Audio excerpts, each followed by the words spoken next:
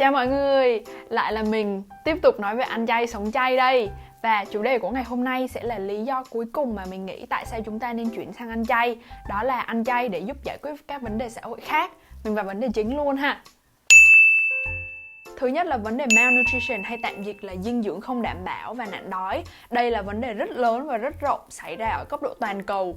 Đầu tiên mình muốn giới thiệu với mọi người định nghĩa dinh dưỡng không đảm bảo là gì. Thì dinh dưỡng không đảm bảo theo Tổ chức Y tế Thế giới là sự thiếu, thừa hoặc mất cân bằng dinh dưỡng. Nó bao gồm hai nhóm chính, đó là thiếu dinh dưỡng và thừa dinh dưỡng. Thì hiện tại trên thế giới đang có khoảng 800 triệu người sống ở mức đói quanh năm, 2 tỷ người bị thiếu dinh dưỡng, nhưng trong khi đó 2 tỷ người khác lại bị thừa dinh dưỡng. Tức là cứ 3 người thì sẽ có một người ở trong tình trạng dinh dưỡng không đảm bảo. Theo số liệu thống kê vào năm 2018, 6,7% dân số Việt Nam sống ở dưới mức nghèo, tương đương với 6,4 triệu người. Mà 6,4 triệu người này là con số lớn hơn cả dân số của 124 nước và các vùng tự chủ khác trên thế giới. Trong khi đó, 13 triệu người khác lại có nguy cơ tử vong cao tại vì các bệnh tiểu đường hoặc là bị đột quỵ. Bạn sẽ thắc mắc tại sao mình lại nhắc đến những con số này. Lý do là vì một trong những nguyên nhân chính dẫn đến tình trạng hiện tại đó là sự mất cân bằng trong việc phân phối và sử dụng thức ăn và các nguồn lực khác trong nông nghiệp. Các nghiên cứu khoa học cũng đã gợi ý việc chuyển sang chế độ ăn chay sẽ không những có lợi cho sức khỏe mà còn giúp đảm bảo việc sử dụng các nguồn lực một cách hiệu quả hơn.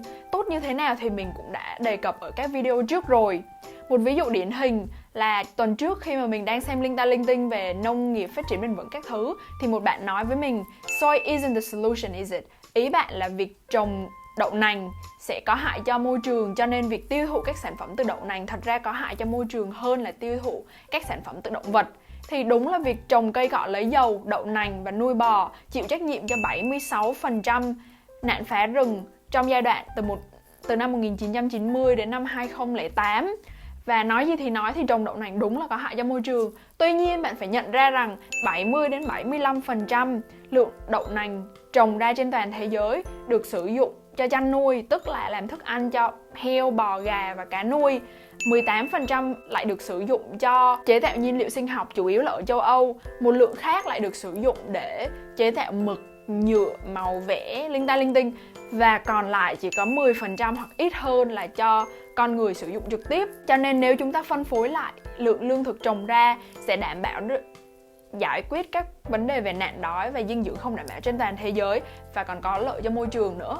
Liên Hợp Quốc vào năm 2015 đã liệt kê ra 17 mục tiêu toàn cầu cần phải hoàn thành trước năm 2030 để nhằm chấm dứt đói nghèo, bảo vệ quả địa cầu và đảm bảo sự hòa bình thịnh vượng cho xã hội loài người. Thì trong 17 mục tiêu này, việc chuyển sang ăn chay sẽ góp phần giải quyết được rất nhiều mục tiêu, điển hình như mục tiêu số 1, chấm dứt nghèo nàn, số 2, chấm dứt nạn đói, số 3, đảm bảo sức khỏe về thể chất và tinh thần tốt, số 6, nước và vệ sinh, số 13, hành động cho khí hậu, số 15, cuộc sống trên trái đất, nói về việc bảo vệ rừng, chống suy thoái, xói mòn đất, suy giảm đa dạng sinh học. Thì mình muốn chứng minh cho mọi người thấy là việc đơn giản như chuyển sang ăn chay thật ra đã được các nhà khoa học gợi ý, và về lâu về dài ở cấp độ toàn cầu nó sẽ giúp giải quyết được rất nhiều việc lớn khác. Tiếp theo là các bệnh truyền nhiễm. Cái này mình đã có nhắc đến ở video đầu tiên trong series này, tại sao mình chuyển sang ăn chay rồi, nhưng mà mình nghĩ là mình nên nhắc lại. Trong lịch sử loài người, các đại dịch bệnh đã xảy ra rất nhiều lần, giết rất nhiều người, và các nhà khoa học phỏng đoán nó sẽ xảy ra nhiều hơn và khó đoán trước hơn. Những đại dịch như là Ebola, SARS, H5N1, H1N1 hay hiện tại là coronavirus, thì những cái bệnh này không từ đâu khác mà là từ việc lây nhiễm virus vi khuẩn gây bệnh từ động vật sang con người, hay tiếng Anh gọi là zoonotic disease. Tại vì chúng ta phá rừng để trồng trọt và chăn nuôi, làm ảnh hưởng đến môi trường sống của các con vật, dẫn đến việc các con vật mang trong mình mầm mống gây bệnh có cơ hội tiếp xúc cao hơn với môi trường sống của con người, và điều đó làm lan truyền các bệnh truyền nhiễm. Mình tò mò không biết là mọi người có nhận ra được sự liên kết của vấn đề này hay không.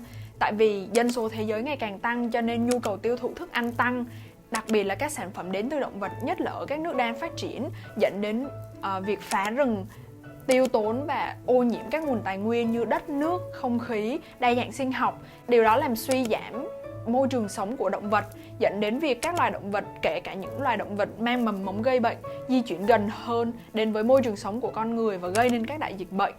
Cũng để đáp ứng nhu cầu tiêu thụ các sản phẩm từ động vật ngày càng tăng, cho nên phần lớn lượng lương thực mà chúng ta trồng ra được dùng làm thức ăn cho chăn nuôi.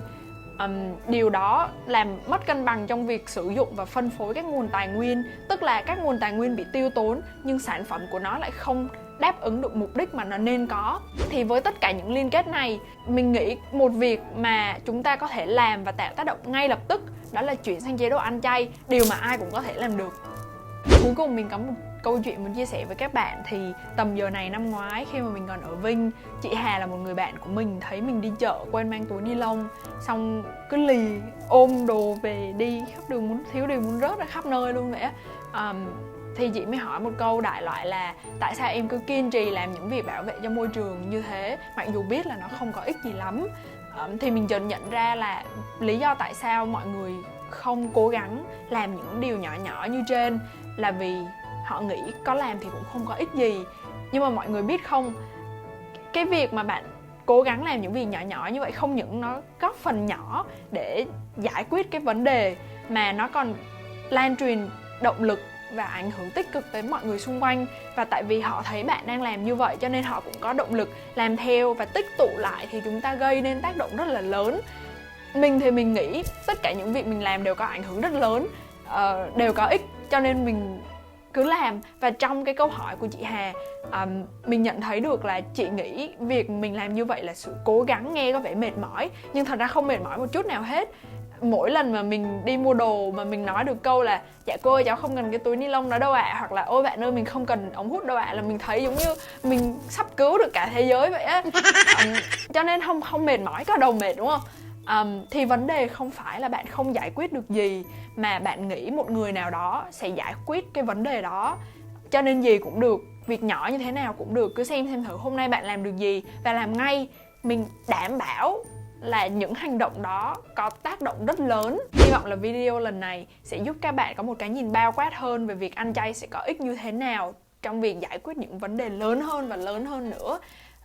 Và quan trọng hơn, mình hy vọng bạn có động lực để thay đổi từng ngày. Cho nên hẹn gặp lại các bạn ở video tiếp theo.